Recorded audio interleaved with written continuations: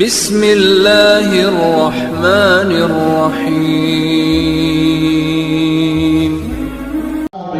حضور سے متعلق پڑھی، ان میں ایک یہ بھی تھا کہ آپ بڑے مہمان نواز رہیں گے اور آپ دل کے انتہائی نرم رہیں گے۔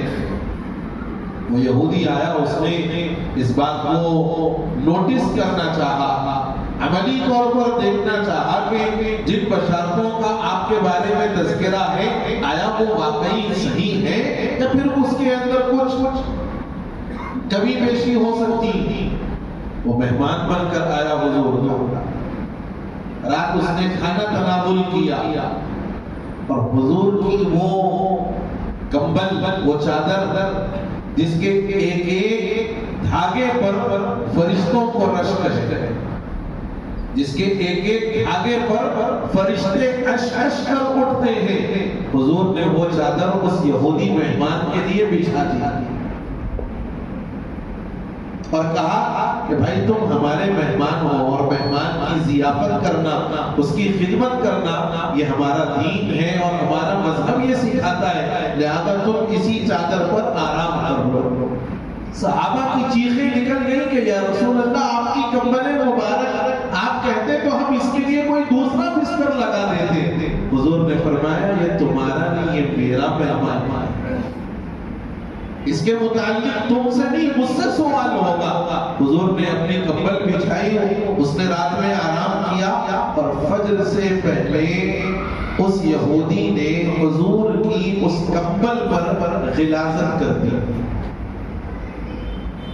حضور کی اس کمبل پر غلاظت کر دی۔ آپ اندازہ لگائیے کہ صحابہ کو کتنا غصہ آیا ہوگا۔ صحابہ بالکل جوش میں آ گئے، کہا یا رسول اللہ آپ اجازت دیں ہم اس کی گردن اڑا دیں، اس نے آپ کے شان میں ایسی گستاخی کی ہے۔ حضور نے فرمایا نہیں، ہو سکتا ہے اس سے یہ چیز غلطی سے ہو گئی ہو، خطا ہو گئی ہو، جان بوجھ کر اس نے نہ کیا ہو۔